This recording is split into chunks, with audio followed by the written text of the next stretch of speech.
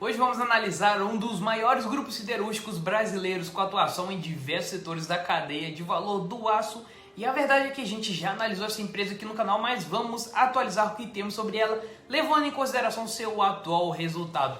Lembrando que essa é minha análise de fundamentos, então não é uma recomendação de compra ou venda de ativos, e não importa de horário ou quando você está vendo esse vídeo. Eu sou o Denis e agora vamos analisar a empresa Usiminas. E nesse vídeo eu vou tratar sobre uma breve história da Usiminas, dados da Bolsa de Valores, como ela ganha dinheiro, resultado mais atualizado, histórico da sua receita, lucro líquido, fluxo de caixa e, claro, endividamento. E no final do vídeo eu faço um checklist como se fosse um resumo de toda a análise da empresa e também passo a minha opinião pessoal sobre investir na Usiminas, então fica até o final de nossa análise. E o foco do vídeo é exclusivamente os resultados da companhia, então eu não vou entrar aqui nos ruídos de curto prazo do mercado. E claro, se você gosta desse conteúdo sobre análise de empresas da bolsa e se eu conseguir te ajudar ao longo desse vídeo, você pode se inscrever no canal aqui embaixo e ativar o sininho das notificações para não perder nenhuma análise nova das empresas da bolsa que eu sempre trago aqui no canal. Sem mais delongas, vamos para a nossa breve história da Usiminas. E a Usiminas foi criada mesmo em abril de 1956 como uma empresa estatal.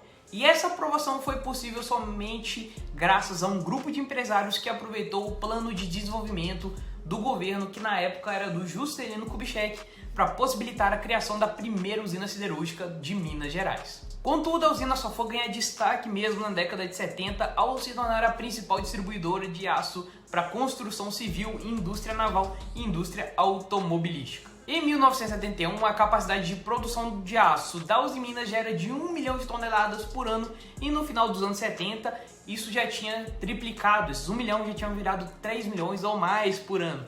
Porém, o contexto de recessão estagnou o crescimento da Usiminas nos anos 80 e em 94 a Usiminas foi eleita a melhor empresa do país pela revista Exame e nesse mesmo período a empresa estruturou um plano de investimento de 2,1 bilhões de dólares, que foi o valor recorde do setor nesse período. E na primeira década dos anos 2000, a Usiminas seguiu o processo de crescimento, se tornando referência fora do país, sendo que em 2008 a empresa passou por um último grande processo de reestruturação. No ano de 2012, a Usiminas chega aos 50 anos de operação, inaugurando sua nova linha de tiras quentes na usina de Cubatão e uma das mais modernas operações do mundo inteiro.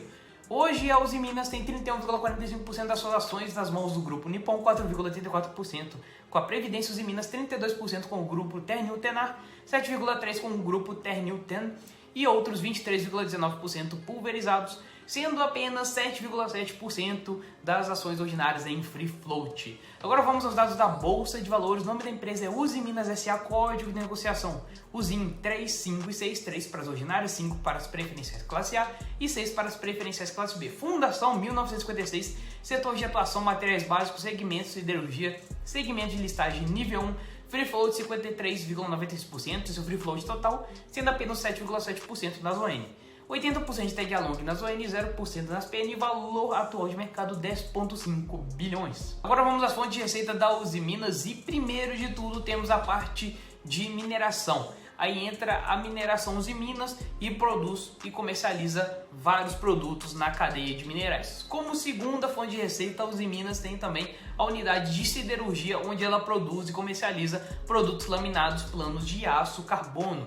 E em terceiro lugar vem a unidade de negócios de transformação do aço com as soluções Usiminas, que atuam nos mercados de distribuição, industrialização e na fabricação de tubos de pequeno diâmetro. E por fim vem a unidade de negócios de bens de capital com a Usiminas Mecânica, que atua por áreas de negócios como estruturas e pontes metálicas, equipamentos industriais, montagens e manutenções industriais, blanks, estampagem, fundição e vagões ferroviários. Agora, já entrando nos resultados trimestrais, podemos ver que a maior parte das comparações da Usiminas é feita com o trimestre anterior, porque ela não tem tantos períodos de sazonalidades quanto outras empresas. Por isso que, em regra, ela não compara o mesmo período do ano passado, e sim com o trimestre anterior. Iniciando então pela receita líquida de vendas, esse terceiro tri foi de 8,4 bilhões, sendo 7 bilhões do mercado interno e 1,4 bilhões do mercado externo, com principal variação da unidade de mineração.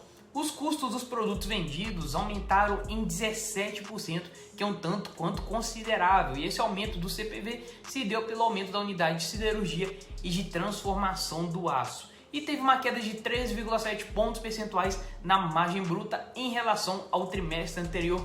É melhor ficar de olho na margem. Podemos ver também uma queda na margem operacional de 12,6 pontos percentuais e de 12,4 pontos percentuais na margem EBITDA. E o EBITDA ajustado alcançou 836 milhões no terceiro trimestre de 2022, 56,7% inferior ao registrado no segundo trimestre de 2022, que foi de 1,9 bilhão. E a margem EBITDA ajustado foi de 9,9% no terceiro trimestre de 2022, frente à margem de 22,6% no segundo trimestre de 2022. Outra coisa que podemos analisar aqui é essa queda que teve tanto no EBITDA quanto na margem EBITDA, e também é outro ponto de atenção para os Minas, para a gente ver se realmente vai continuar desse jeito. E na parte de desempenho operacional podemos ver que uma queda no contexto geral, e se pegarmos o trimestral podemos ver algo mais leve, mais pontual, mas se buscarmos ali o acumulado dos últimos 9 meses, já vemos algo mais acentuado em relação a essa queda em relação ao desempenho operacional. Como uma queda de 18% na produção, 21% nas placas adquiridas, 16% na produção total de laminados, 3% no volume de vendas e 21% no mercado interno. Então já teve uma queda bem significativa aí quando a gente para analisar. O resultado financeiro também traz um impacto para a companhia, porque parte da receita da Uzi Minas é em dólar, e com isso a flutuação do hedge com o câmbio acaba impactando os ganhos cambiais líquidos, e aí entra nesse resultado financeiro que a gente está vendo. E ela teve um resultado financeiro de 171 milhões positivo frente ao resultado de 248 milhões negativos no segundo trimestre de 2022, devido a perdas cambiais líquidas, e 282 milhões inferiores às perdas registradas no trimestre anterior. Chegamos então ao lucro líquido de 609 milhões, 42,6% inferior ao lucro líquido apresentado no trimestre anterior, que foi o de segundo trimestre de 2022, que tinha fechado em 1,1 bilhão em razão do menor lucro operacional antes do resultado financeiro no período, parcialmente compensado pelas receitas financeiras registradas no trimestre. E se pegarmos o acumulado dos últimos 9 meses, podemos ver que o lucro líquido do ano de 2022 foi de 61% a menos que o de 2021. Em resumo, a Uzi Minas pegou um período bom porque na pandemia teve um aumento nos preços das commodities, teve a questão da guerra da Rússia que influenciou positivamente o preço do minério e siderurgia, e até então tudo estava indo no recorde, mas agora já está começando a arrefecer o preço dessas commodities. Tanto é que a gente pode ver aqui nos resultados já algumas diferenças em relação aos trimestres, aos semestres ou ao acumulado dos últimos 9 meses anteriores a esses. Vamos então para a nossa análise histórica horizontal, começando pelo histórico da receita líquida que pegamos desde 2011, apesar da Uzi Minas existir desde 1900 e cafunga, mas aqui já é o bastante para a gente analisar. E aqui a gente pode ver até que 2020 ela não saía do lugar, mas a partir daí ela deu um salto seguido justamente às cotações das commodities. Como foi o caso do preço do aço, que subiu demais de 2020 para 2021, e também a parte de minérios, como você está vendo aqui. Já que a Uzi Minas tem parte da receita também vindo de mineração, como a gente pode ver nas suas fontes de receita. E apesar de não ter saído o fechamento mesmo do ano de 2022, ali eu já peguei o acumulado dos últimos 12 meses, considerando o último resultado, e que por enquanto está em 32 bilhões de receita, mas pelo que já vimos nesse resultado trimestral, com certeza será menor do que o resultado passado. Pulamos então para o lucro líquido e temos a mesma linha da receita em relação aos anos de 2020 e 2021, mas aqui a gente já pode ver melhor o prejuízo no histórico que teve nos anos de 2012, 2015 e 2016. Claro, tiveram outros anos de prejuízo para trás, mas como aqui a gente pegou desde 2011, então a gente está analisando esse a priori.